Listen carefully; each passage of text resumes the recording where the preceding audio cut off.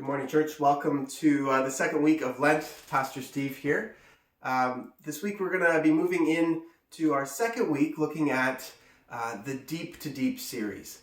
And so our first week we looked at how we were deep in the sea, and we looked at how the depth of God calls to us and calls us to deep relationship. And this week we move on from that to the woods. So this week we're deep in the woods. And this is all about the call to deep commitment. How God actually calls us into deep relationship, but also to deeper and deeper commitment to Him. And He does that by more and more deeply committing to us. And so we're gonna talk about that this morning. I just want to say this is going to be a shorter message because this week was our AGM. Depending on when you cued in on this message, you'll have participated in that or it's about to happen. So just letting you know that was kind of the focus for this week, but I do want to continue our journey in Lent. So the big idea for this week is that we're transformed by God as we follow His voice along the path of life. And that voice calls us to deep commitment. And the really critical piece of how that commitment is formed is that even when our path leads deep into unfamiliar woods, even as we lose ourselves, we are found. You know, I think we've all been turned upside down in a lot of ways through the challenges forced upon us in this past year. And while we would never choose these hard things, we don't celebrate the hardships and the very real losses that so many have experienced and are continuing to experience. We're permitted to think, or to begin to think and search for silver linings. Contemplative priest Richard Rohr talks about one of these potential hidden positives when he writes, "A sense of order is the easiest and most natural way to begin." That's kind of when things make sense. We have this container that holds our understanding of life. So order. That's the most natural way to begin. It's a needed first container. But this structure is dangerous if we stay in its safe confines too long. It's small. It's self-serving. It doesn't know the full picture, but it thinks it does. Order must be deconstructed by the trials, by the vagaries of life. We must go through a period of disorder to grow up. Now, when Jesus was teaching His disciples in the first century, we see this kind of intentional leading into the woods, into this disorder. We see it happening many times, and we see it happening intentionally. Jesus seems just as intent on disrupting the order of His disciples' thinking as He was on revealing the miraculous power that proved His divinity, His messiahship. At times, Jesus is seen upending His disciples' sense of the way things are. You think it's this way. You've heard it said. You've lived according to this rule, but I tell you. And there's this constant disordering of their order. What we read this morning, our key passage, talks about how Jesus actually, one of these moments where He leads them into the woods. And it's around their picture of the Messiah, who the Messiah would be, what His role was, and how it would all happen. They did have concepts and ideas that were taught, expectations that they were anticipating. And Jesus in this passage kind of upends that, throws disorder into their order. Reading from verse 31 here, it says, "Then He began to teach them," Jesus, "that the Son of Man must undergo great suffering and be rejected by the elders, the chief priests, and the scribes." That's everyone who held religious authority and power in the day. So Messiah is actually going to be rejected by everyone you now count on for truth and for wisdom. Fascinating. And then be killed. And after 3 days, rise again. So all of a sudden talking about this amazing idea of resurrection. So He said all of this quite openly, verse 32. And Peter took Him aside. Peter actually took the Messiah aside, the miracle worker aside, and rebuked Him at this point. So you can see how disordering this was for Peter. This was so different, so strange, so problematic for the way that he understood life, that he was willing to take Messiah aside and rebuke him. I wonder if you can understand what was going on in Peter's head, where he would actually be in that place, have the gall to do that to the one that he respected and believed was God himself. It's a fantastic phrase just right there that he rebuked Jesus. Now, so what I want us to hear is that Jesus intentionally disorders their order. He knows what he's doing. But he does it, and we'll learn, so that he might reorder their life. So that he might move them into a different place, a bigger place, where the story takes on more life. It's much grander than they could have ever imagined. Their old wineskin, in another analogy, their old wineskin was too small to contain the beauty and the grandeur, the bigness of what Christ was doing, of what Messiah was actually up to. And so Jesus actually goes after their order and breaks it apart. In verse 33 it says, "But turning and looking at his disciples, Jesus rebukes Peter, and he says, 'Get behind me, Satan, for you are setting your mind not on divine things, but on human things.'" So Jesus is breaking it apart here. And it's so that they could begin constructing a larger wineskin, a larger container to hold God's much bigger self. And so is Jesus really trying to smash Peter into the ground and grind him by calling him Satan? No. He loves Peter, and Peter knows that. He's trying to get through his order. He's trying to break open that Peter's sense that he knows it already and that Jesus is actually wrong. And his human understanding is somehow better. Or Jesus has missed the point here, so he needs to be rebuked. And Jesus needs to break through that order in order to disorder him so that he can put him back together. So their view, put another way, their view, including Peter's, but he said it in front of all the disciples because they were all thinking the same thing. Peter just happens to be their mouthpiece. Their view of the forest, the woods, was confined to this little familiar corner. But Jesus wanted to lead them much deeper, where they felt completely lost. Now they don't understand anything anymore. The view doesn't look the same. The trees are all strange to them now. In verse 34 it says, Jesus called the crowd with his disciples and said to all of them, the crowd included, "If any want to be my followers, let them deny themselves and take up their cross and follow me. For those who want to save their life will actually lose it. And those who lose their life for my sake, for the sake of the gospel, the good news, will save it. For what will it profit them to gain the whole world, but forfeit their own life?" Now this is not what the disciples expected to hear.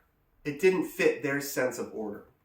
Their order taught them that this was supposed to be the beginning of this upheaval of the oppression that they were experiencing as Jewish people. There was this promise that the Messiah would come and change everything, put things back to rights. Finally, justice would come for Israel. You read the Psalms and you read this hope that there would be somebody who would put things to right, that God would answer the calls to justice, and that the seat of earthly power would revert to the kingdom of David.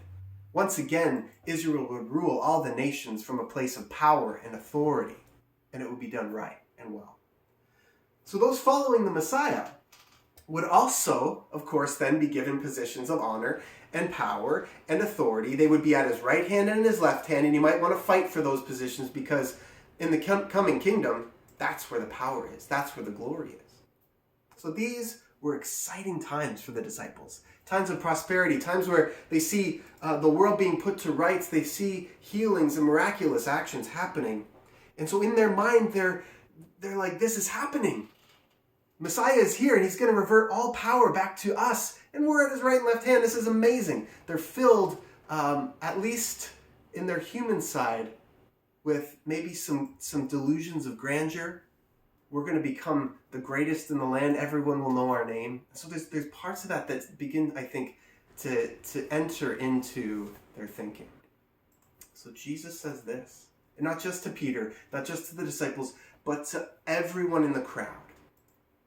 Suffering, rejection, and death for the Messiah.